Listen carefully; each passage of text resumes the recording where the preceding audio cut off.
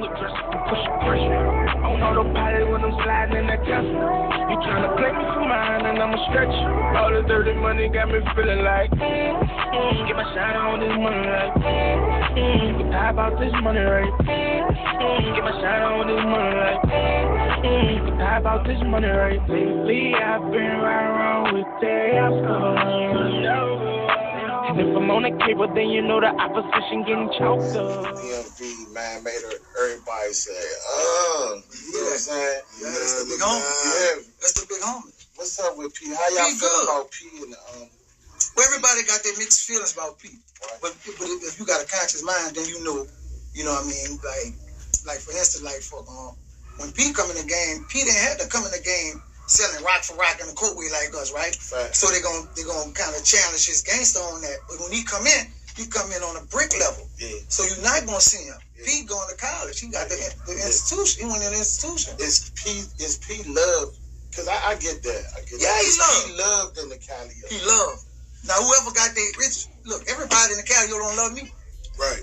I get that. So let's get that misunderstanding. Okay, let's say the majority then. Does the majority love P? P come through, he gave his flowers. P can't sign nobody out the Calio. We're too active. No. He not active, so I get that part. No. I get that. We too active. That's what I say. I say he not active. It wasn't about him not being active. It's him not putting himself next to us, or he'd have been in the feds. Romeo ain't got no shows. Right. P ain't in California with the big mansion. He signed anybody out the Calio. Because you ain't got no, you got authority, but if the homies get signed, then the whole bus comes. How you gonna tell me I can't get on the bus? Who's doing the signing in the Calio right now? What's the record label? What record label y'all? No, we ain't really like got no record label right now. But we got the little homie B3.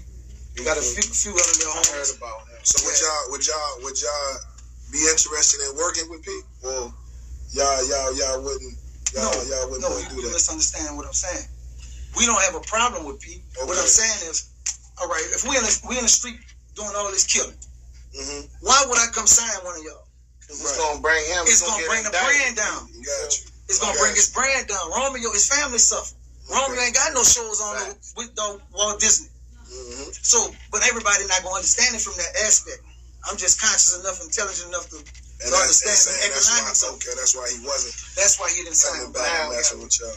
I remember back in the day, we loved P. We never seen nobody drop music like that. I think he probably gave us a whole nother way of thinking about how to hustle. Like when you got your man, somebody back, just keep dropping. Right? Ain't nobody do it big as P out the South. P opened the door for the South. I agree. So later on, right, because we up here, right, then Cash Money come out. And I ain't gonna lie. Changed the culture. Man, BG was my man. Right? I really like BG. Free BG. I love Juvie too. I ain't gonna lie to you. I don't have a problem with Turk, but I was really a BG. I was a big Juvie fan. And Juve, man, 400 degrees, right? Storytelling motherfucker. So I've been down New Orleans, and I know Magnolia Projects is not nowhere near as big as Calio Projects, but y'all got like a beef. Like, how does that work? You feel what I'm saying? Cash Money and No Limit ain't have no beef. I'm talking about the two projects. Because that's New Orleans. New Orleans, like, I mean, it's small, so everybody gonna be in one area doing the same thing, and they're gonna have a few mishaps. And when mishaps happen, one mishap to make one mishap happen, you start a walk. Yeah. So like Master P and what's it, Baby, they because of the street thing, they couldn't really work together. Right. That's how it works. Because Baby family and my family, his brother and them and us, we beefing. Right. So Baby on money. Baby already got money at this time. You heard me? So if Baby was in, he could have put a bag out and knocked everybody off out the project. Now we got a bag too, but we got a street bag. Baby got a street bag, plus he putting out music too. You see what I'm saying? So it wasn't with Baby, it was with his brother. His brother, Terrence, Gangster. Terrence. Yeah. Gangster. Oh, don't say. All right, you say what you want, but I call him Terrence. Oh, you call him Terrence. All right, so listen.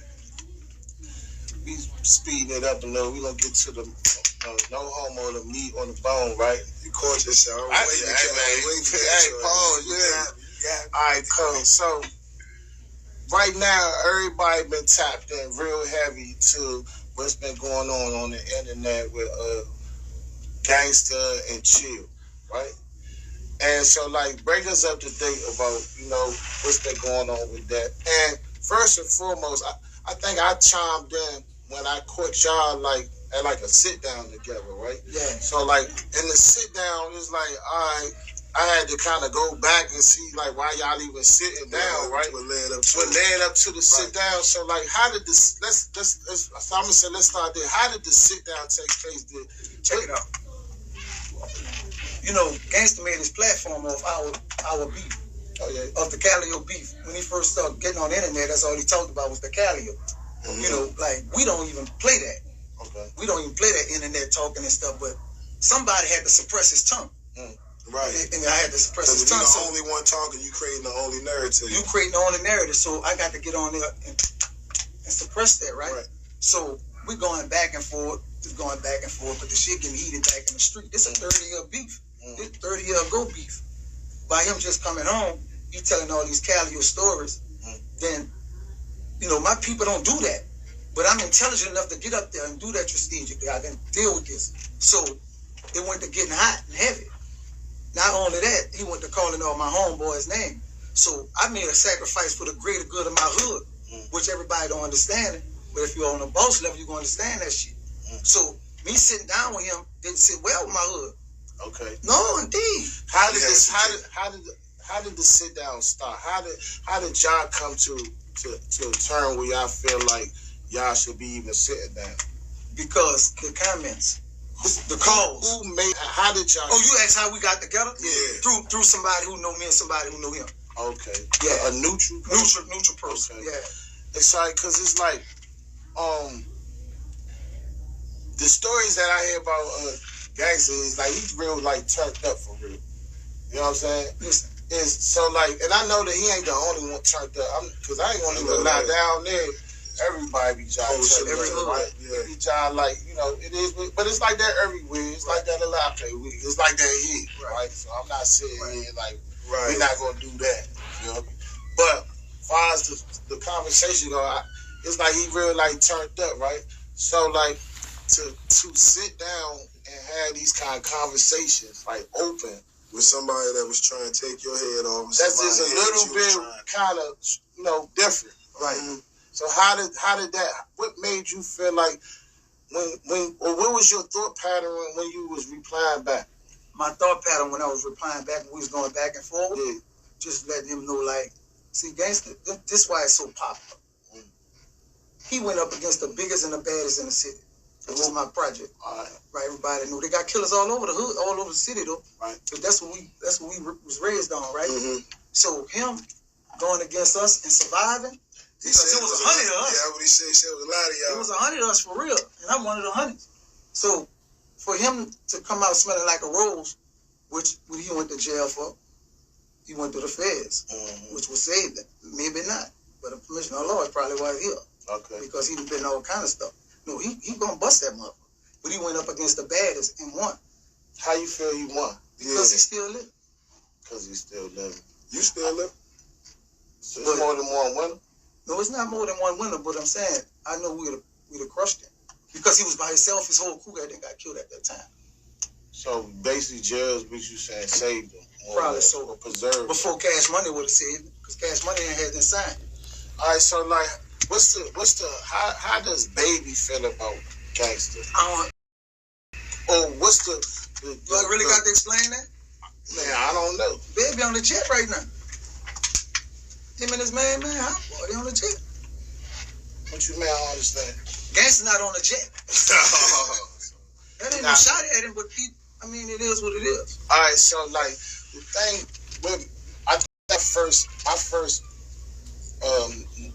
mentioning Gangster in my mind, outside of him being Baby brother, and then maybe then after a while, I guess they say he not really Baby brother. They just cool. They just super cool. Man, they was saying stuff like that. When everything was love, this is my brother, right? But now since he might denouncing him, he like, nah, he just a good dude. I know, right?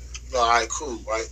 But the first thing that I ever known of mentioning about Gangster in my mind was they said something like he told on a lot of dudes that wasn't living to get out. And my first thought in my mind, I was thinking like, man, that's using your brain, right? And then Boosie came out and said that was snitching, which at first I didn't know that that's how far snitching goes to the afterlife, right? But everybody got their own little ways of work. But how does that work in New Orleans? That's something that everybody's standing on. That's how. No, we don't stand on that in no city. Like, no. I ain't talking about like talent. I'm talking about the law of the land. I'm talking about like code. If you told on a nigga that's dead, is that like you did something wrong? I never heard of it. It's new to me, so I can't give you no. But to the naked mind, what's your first thought on that? I feel like you should have kept your mouth closed, because then, murder never over. No matter what, they got to have a killer behind it. But if the killer is dead, or what?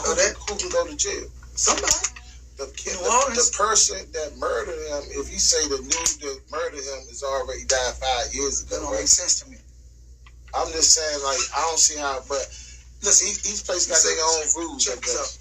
All my big homies in jail. Right. All of them. Right. Free the big homies, man. They've been there since 30 years. And they got more bodies than that than he ever think about. You think they would have told on a dead body to get out? I think that they would have told on a dead body to get out. I think that ain't no such thing. I think that every man got their own right. What you saying is you don't think that whole I told on the dead to come home is real. It don't hold no weight. On some living. My homie. Oh, you saying like he told on some living people?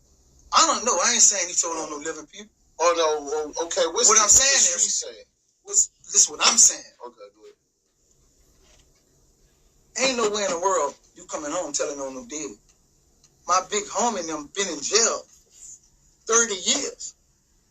I'm talking about the Mex gang and the CRED gang. Two of the biggest wars of New Orleans. All of them got convicted at trial and shit. You heard me? Now, if I can tell on you, I can tell you people something about a dead body and everybody dead to get my freedom. So like, I don't think it's true. That's what I'm saying. That's my opinion. I never heard no shit like that. It's a lot of people. Man, free T-Man. T-Man.